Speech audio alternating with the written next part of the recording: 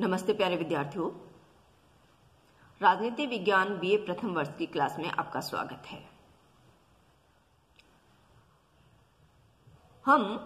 हमारी वार्ता की श्रृंखला चल रही थी राज्य की उत्पत्ति के सिद्धांतों के संबंध में, और राज्य की उत्पत्ति के संबंध में जो पहला वीडियो मैंने जारी किया था उसमें हमने यह देखा कि राज्य की उत्पत्ति के संबंध में जो सिद्धांत है उनको कई श्रेणियों में विभाजित किया जा सकता है, जैसे काल्पनिक, अर्धकाल्पनिक और व्यवहारिक सिद्धांतों की श्रेणी में।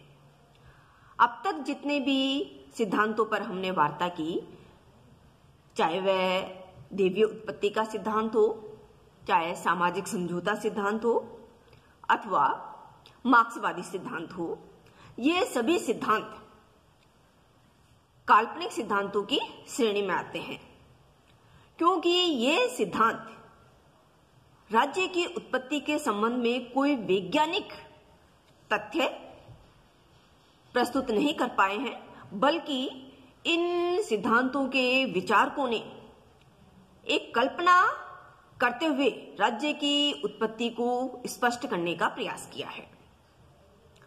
आज हम राज्य की उत्पत्ति के विकासवादी सिद्धांत पर चर्चा करेंगे। राज्य की उत्पत्ति का विकासवादी सिद्धांत वैज्ञानिक और व्यवहारिक सिद्धांत है। यह सिद्धांत मानता है कि राज्य क्या जन्म नहीं हुआ है, बल्कि राज्य का विकास हुआ है। The state is grown, not made.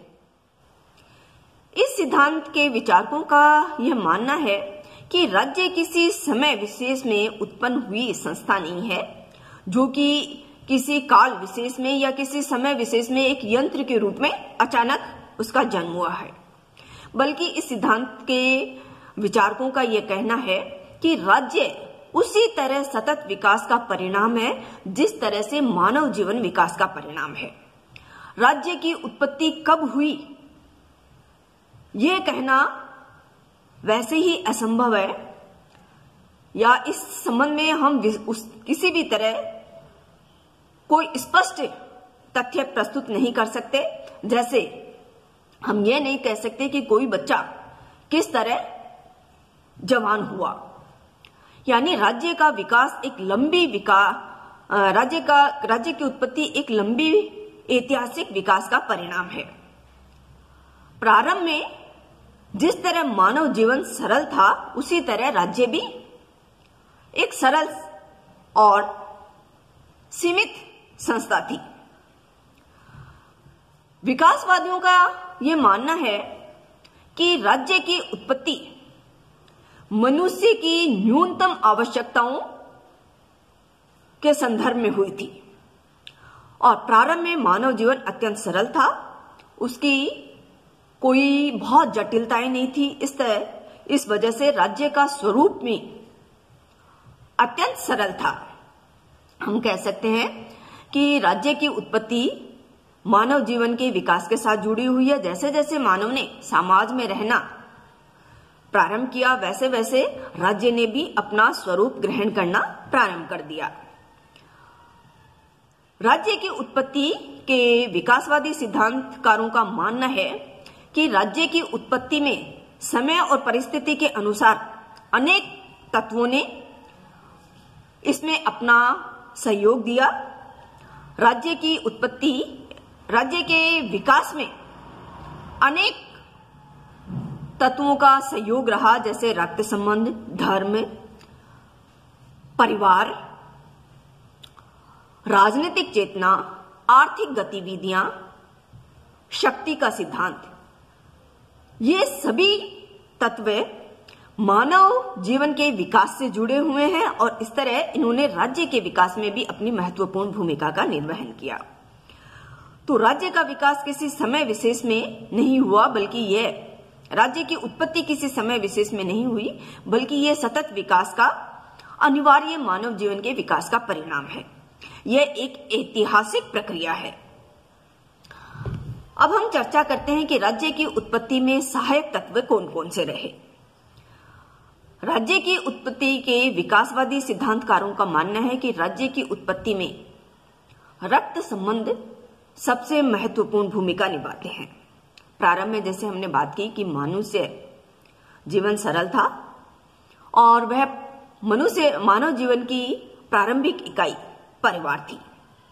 परिवार में प्रेम, सहयोग, सद्भावना, अनुशासन और आज्ञाकारिता की भावना मनुष्य में पैदा होती है और कालांतर में जैसे जैसे परिवार का विकास होता गया, परिवार कुटुंब कबीलों में परिवर्तित हो गया, वैसे वैसे राज्य का भी विस्तार होता गया और कुटुंब का जो मुखिया था वह राज्य का मुखिया बना या वह समाज का संचालन करता, समाज का प्रमुख व्यक्ति था जिसकी आज्ञाओं का पालन समाज के सभी लोगों के द्वारा किया जाता था।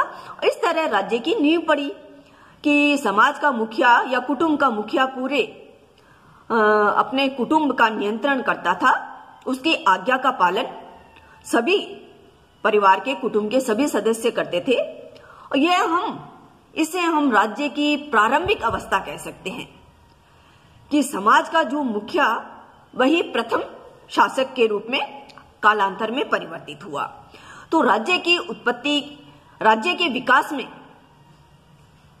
रक्त समूह ने सबसे महत्वपूर्ण भूमिका निभाई।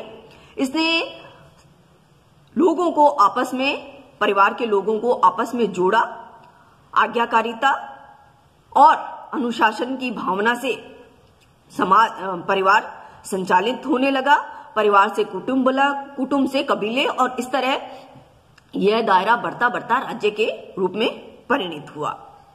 राज्य की उत्पत्ति में अगला सहायक तत्व धर्म माना जाता है। धर्म भी राज्य के विकास में वैसे ही सहायक रहा है जैसा कि रक्त संबंध। विद्वानों का मानना है कि धर्म और रक्त संबंध समानांतर तत्व हैं या एक ही सिक्के के दो पहलू हैं। जिस तरह परिवार व्यक्तियों को जोड़ के रखता है, वैसे ही धर्म ने भी मानव समाज को जोड़ने में महत्वपूर्ण भूमिका निभाई। एक ही धर्म के लोग एक ही जैसी धार्मिक क्रियाओं का पालन करते थे और धर्म के माध्यम से वे आपस में एकता की भावना से, अनुशासन की भावना से और धार्मिक आदेशों की पालना के कारण आपस में गहरा संबंध और गहरी एकता के साथ जुड़े हुए थे। धर्म के सिद्धांत या धर्म के आदेशों को रक्त संबंध से भी महत्वपूर्ण स्थितियां प्राप्त होने लगी। प्रायः परिवार का जो मुखिया या कुटुंब का मुखिया होता था, वही धार्मिक क्रियाओं का भी निष्पादन करता था। वह पुजारी के रूप में अस्तित्व में आया, जिसकी आज्ञा का पालन और उसके आदेशों का पालन पूरा कुटुंब करता था और इसमें पारिवारिक प्रेम, सहयोग, आज्ञाकारिता में धार्मिक श्रद्धा भी सम्मिलित हो गई और इसने रक्त संबंधों के साथ साथ धार्मिक तत्व को जोड़कर कुटुंब की एकता और कुटुंब के स्वरूप को आकार और मजबूती देने में महत्वपूर्ण भूमिका निभाई। राज्य के विकास में अगला तत्व जिसने राज्य के विकास को गति प्रदान की वह रहा धार्मिक राजनीतिक चेतना। राजनीतिक चेतना ने भी राज्य के विकास में महत्वपूर्ण भूमिका निभाई। प्रारंभ में जैसे हमने बात की कि मानव जीवन सरल था, मानव परिवार से जुड़ा हुआ था और परिवार कुटुंब में परिवर्तित हुआ, कुटुंब कबीलों में परिवर्तित हुआ। पारिवारिक जीवन सामाजिक जीवन के संदर्भ में परिभाषित होने लगा। सामाजिक क्रियाओं का संपादन राजनीतिक चेतना का विकास करने लगा। व्यक्ति में समाज के साथ संबंध स्थापित करने, राज्य में संबंध स्थापित करने, कुटुंब में अपनी भूमिका निभाने, कुटुंब में अपने अस्तित्व, अपनी पहचान को कायम करने, उसे बनाने में राजनीतिक चेतना ने महत्वपूर्ण भूमिका निभाई और यही राजनीतिक चेतना आगे चलकर राज्य के विकास में सहायक रही। कुटुंब का विकास व्यक्ति की राजनीतिक चेतना के साथ साथ विस्तृत होता चला गया और धीरे धीरे यह राज्य के रूप में परिणत हुआ। व्यक्ति का संप्रेषण, मुखिया के आदेश, सामाजिक और कुटुंब की क्रियाओं का निष्पादन, सामाजिक क्रियाओं का निष्पादन, इन सभी ने व्यक्ति की जैसे जैसे राजनीतिक चेतना का विस्तार किया, वैसे वैसे राज्य का भी विस्तार होने लगा या राज्य मजबूती प्राप्त करने लगा। इसी श्रृंखला में राज्य की उत्पत्ति में या राज्य के विकास में अगला तत्व रहा रक्त संबंध, शक्ति का तत्व। पहले कुटुंब में व्यक्ति जीवन यापन करता था। एक कुटुंब से धीरे धीरे कई कुटुंब अस्तित्व में आए और धीरे धीरे इन कुटुंबों में संघर्ष होने लगा। जो कुटुंब शक्तिशाली था और दूसरे कुटुंब के पशु बल पर, उसके धन पर और उनके संसाधनों पर, आर्थिक संसाधनों पर जो अपना कब्जा कर लेता था, विजय प्राप्त कर लेता था, उस कबीले का भी सरदार बन जाता था और उसकी शक्ति में निरंतर वृद्धि होने लगी। इस तरह एक कुटुंब का शासक या एक कुटुंब का मुखिया अपने शक्ति और बल के प्रयोग पर अन्य कुटुंबों को अपने अधीन करने लगा। विकासवादी सिद्धांत राज्य के विकासवादी सिद्धांत के अनुसार जिन व्यक्तियों में शक्ति, काबिलियत और योग्यता थी, उन्होंने अपने कुटुंब का दायरा निरंतर बढ़ाना शुरू कर दिया और धीरे धीरे ये कुटुंब विस्तृत होने लगे और प्रारंभिक राज्यों का रूप ग्रहण करने लगे। तो शक्ति के तत्व ने भी राजनीतिक सत्ता और शक्ति के विस्तार में, राज्य के विस्तार में अपनी महत्वपूर्ण भूमिका का निर्वहन किया। इसी श्रृंखला में हम आर्थिक तत्वों को भी शामिल कर सकते हैं। कुछ विद्वान ये मानते हैं कि राज्य के विकास में आर्थिक गतिविधियों ने भी महत्वपूर्ण भूमिका निभाई। जैसे मार्क्स ने तो आर्थिक गतिविधियों के आधार पर पूरे ही राज्य की उत्पत्ति का सिद्धांत मार्क्सवादी दृष्टिकोण से प्रस्तुत किया है, वैसे ही आर्थिक गतिविधियों ने भी राज्य के विकास में महत्वपूर्ण भूमिका निभाई। प्रारंभ में मनुष्य खेती बाड़ी करता था, मानव जीवन इतना जटिल नहीं था, अतः राज्य का स्वरूप भी इतना परिष्कृत और विकसित नहीं था। जैसे जैसे राज्य में उद्योग धंधों का विकास होने लगा या राज्य में आर्थिक क्रियाएं पनपने लगी, संपत्ति का विकास हुआ, वैसे वैसे राज्य के स्वरूप में भी विस्तार और परिष्कार आया। जैसे कि विद्वानों ने माना है कि राज्य की आवश्यकता ही तब हुई जब आर्थिक तत्व या आर्थिक जो गतिविधियां प्रारंभ हुई।